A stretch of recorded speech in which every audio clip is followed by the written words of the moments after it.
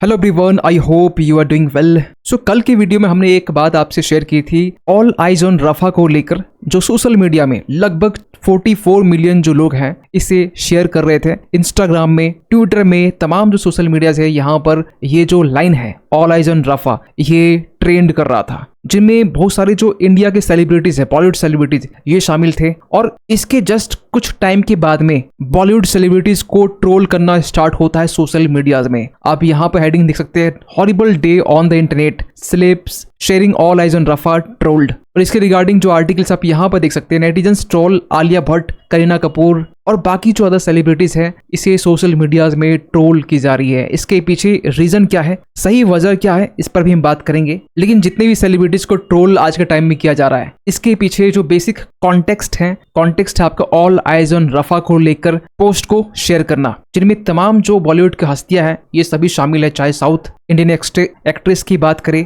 या फिर तमाम जो बॉलीवुड एक्ट्रेस है इनकी हम बात करें या फिर एक्टर की बात करें, तमाम जो हस्तियां हैं सभी को यहाँ पर ट्रोल की जा रही है। इवन कि कुछ सेलिब्रिटीज ऐसे भी हैं, फॉर एग्जांपल कि रोहित शर्मा की जो वाइफ है रितिका सजदा, इन्होंने जब पोस्ट किया, पोस्ट करने के कुछ टाइम के बाद में अपनी पोस्ट को डिलीट भी कर दिया इंस्टाग्राम स्टोरी में। सो एक सबसे बड़ा क्वेश्चन निकलता है, इसके पीछे रीजन क्या है, कारण क्या है। देखिए, एक तो बेसिक रीजन ये समझ सकते हैं कि आज के टाइम में जियो पॉलिटिक्स की जो समझ है जिस तरीके से स्प्रेड हुई है, आज के टाइम में जितने भी सेलिब्रिटीज हैं इन्हें भी जियो पॉलिटिक्स में इंटरेस्ट या फिर ये बोल सकते हैं इंटरेस्ट कहीं ना कहीं आ रहा है। लेकिन एक दूसरा सबसे बड़ा रीजन है कि वो सेलिब्रिटीज जो अब से कुछ टाइम पहले तक जो ये कहा करते थे कि लेट देम ईट केक, और आज अचानक ये कह रहे हैं कि ऑल आइज ऑन रफा को लेकर अपनी जो ओपिनियन है, अपनी जो सपोर्ट है वो दिखा रहे। इसके पीछे रीजन है ब्लैक आउट 2024। इसे जानने से पहले आप ये समझिए कि वो सेलिब्रिटीज जो एक वक्त ये कह रहे थे कि लेट देम ईट केक, इसका लिटरल मीनिंग क्या होता है पहले ये समझते हैं। ये जो लेट देम ईट केक है,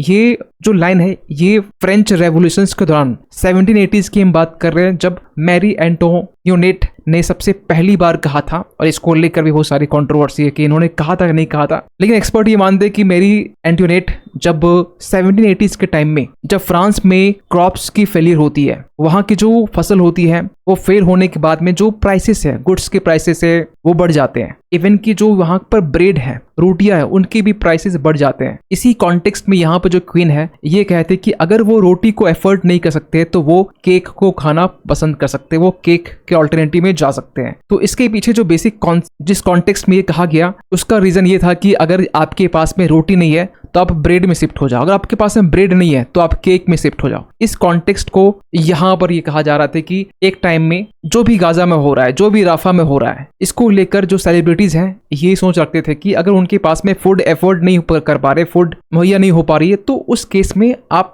केक में शिफ्ट हो जाइए। और आज अचानक ऑल आइज ऑन रफा को लेकर अपनी ओपिनियन दे रहे हैं। इसके पीछे रीजन है ब्लैक आउट 2024, जो रिसेंटली हम बात कर रहे हैं, इसी मंथ की हम बात कर रहे हैं, जो एक सोशल मीडिया में एक कैंपेन चलाया गया, एक वाइड स्प्रेड कैंपेन, एक ऑनलाइन कैंपेन, जिसके जरिए जो भी सेलिब्रिटीज, जो भी बड़ी बड़ी हस्तियां हैं, अगर वर्ल्ड के किसी भी इश्यूज को लेकर अगर अपनी ओपिनियन नहीं दे पा रहे हैं तो उसे डी प्लेटफॉर्म कर दिया जाए। मतलब ये कि उसे फॉर एग्जाम्पल कि इंस्टाग्राम में किसी सेलिब्रिटीज की आईडी है, अगर वो वर्ल्ड के इशू में और ऐसे इशूज जहां पर ह्यूमन राइट्स का वॉल्यूशन हो रहा है, ऐसे इशूज जहां पर सिविलियंस की को प्रॉब्लम्स का सामना करना पड़ा, ऐसे इशूज में अगर वो अपनी आवाज नहीं उठाते, अपनी ओपिनियन नहीं रखते हैं, तो उसे प्लेटफॉर्म में हटा दिया जाएगा। और इसका जो इम्पैक्ट है ना, रियली हमें देखने को मिला। आपको पता होना चाहिए, आज से 2 वीक पहले की बात है, जब ब्लैकआउट ट्रेंड जब चल रहा था, उसी दौरान यहाँ पर आलिया भट्ट, इवन की हॉलीवुड एक्टर एक्ट्रेस केली जो जेनर है, इनकी भी जो फॉलोअर्स है वो घटे थे। प्रियंका चोपड़ा, तमाम जो हस्तियां हैं इनके फॉलोअर्स घटना स्टार्ट हो चुके थे। और आज के टाइम में कहा यह जाता है कि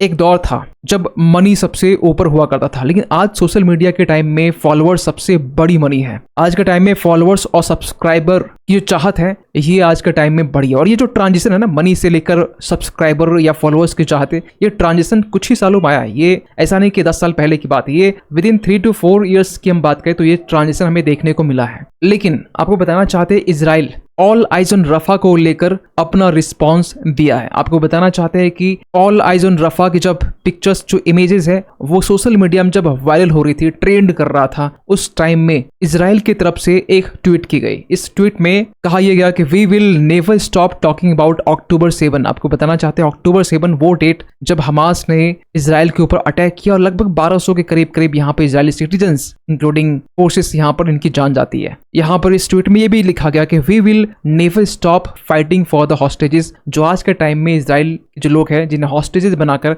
गाजा स्ट्रिप में रखा गया हमास की तरफ से, इसको लेकर भी फाइट की जा रही है। और इनकी तरफ से ये कहना है कि where were your eyes on, means यहाँ पे ये कहना चाह रहे हैं कि जब यहाँ पर हमास की तरफ से जब इजराइल के ऊपर अटैक हुआ, सिविलियंस की जान गई, उस वक्त आप कहाँ थे? जब दूसरी बार अटैक हुई उस वक्त आप कहाँ थे? हॉस्टेजेस यहाँ पर बनाए जा रहे हैं हमास की तरफ से, उस वक्त आप कहाँ थे? टोटल क्लैरिटी नहीं है आज के टाइम में जिस तरीके से ओपिनियन सेट की जा रही है। और जो इमेज जारी की गई ना इजराइल की तरफ से, उसमें एक छोटा बच्चा नीचे दिखाया गया जिसे हम ब्लैक पट्टी से ढके हुए, क्योंकि ये यूट्यूब कम्युनिटी के अगेंस्ट होगा, अचानक वीडियो डिलीट हो जाती है। यहाँ पे ये दिखाने की कोशिश की जा रही है कि जिस तरीके से हमास के जो आतंकवादी है ये सिविलियन की आड़ में यहाँ पर इजरायली फोर्सेस से किस तरीके से लड़ रहे हैं। और जब इजराइल की तरफ से ये बात कही जाती है कि where were your eyes on, इसके बाद ना सोशल मीडिया में जो भी सेलिब्रिटीज बचे हुए थे अपने पोस्ट को जो डिलीट नहीं किए थे वो डिलीट करना स्टार्ट करते हैं। आपको बता दें बहुत सारे ऐसे सेलिब्रिटीज है जो अपनी पोस्ट को डिलीट कर दिए, और उसके बाद में जो बचे कुछ लोग थे और सेलिब्रिटीज, उन्हें ट्रोल करना स्टार्ट किया जाता है। बहुत सारे सोशल मीडियाज में इवन की ये भी कहा जा रहा है कि आपको 4500 किलोमीटर जो डिस्टेंस है इंडिया से रफा की, वो आपको नजर आ रहा है,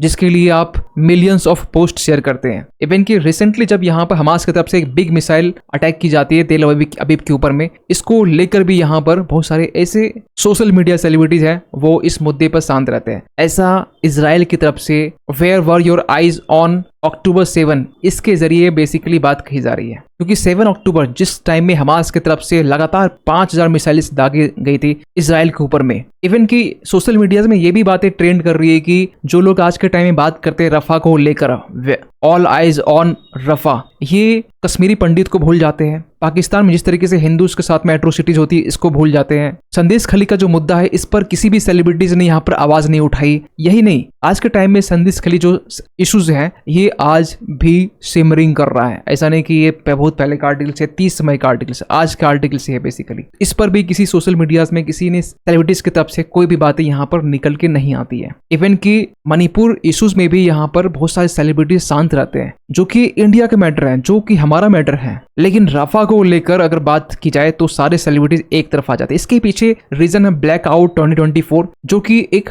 फोर्सफुल तरीके से जब सेलिब्रिटीज के फॉलोअर्स घटना स्टार्ट होते हैं ये यहाँ पर अपनी ओपिनियन रफा के सपोर्ट में देते हैं। आपको बता दें कि रफा में सिविलियन के साथ में जो भी हो रहा है इसको लेकर पूरी जो वर्ल्ड है ना, पूरा वर्ल्ड आज के टाइम में कंसर्न है। लेकिन इस बीच में हमास के जो टेररिस्ट हैं जो आज के टाइम में रफा के जो रिफ्यूजी कैंप्स हैं यहाँ पर छिपे हुए हैं, इसे भी इग्नोर किया नहीं जा सकता है। और आज के टाइम में ना जो ऑल आइज ऑन रफा है जो ट्रेंड कर रहा है, ऐसा नहीं कि ये नई नई जो लाइनें हैं अभी रिसेंटली यहाँ पर क्रिएट की गई, ये आज नहीं, ये फरवरी के टाइम में रिक पीपरकॉर्न इन्होंने सबसे पहली बार ये वर्ड यूज की थी, ये शब्द इन्होंने यूज किया, और फाइनली मई में आकर ये जो लाइन है ये ट्रेंड कर रहा है। और एक बात आपको ऐड कर दे कि अभी इस टाइम में जो फिलाडेल्फिया जो कॉरिडोर है, आपको इमेज के जरिए आपको दिखाना चाहते हैं, ये जो कॉरिडोर है ये इजिप्ट और इजराइल के जो जस्ट बॉर्डर लाइन है, यहाँ पर एक कॉरिडोर है जिसे फिलाडेल्फी कॉरिडोर भी कहते हैं। यहाँ पर आज के टाइम में इजराइल ने ये क्लेम किया कि हमारा कंप्लीट कंट्रोल यहाँ पर हो चुका है। जो कहा जा रहा है कि हमास के लिए ऑक्सीजन माना जाता है, ये वही एरियाज है।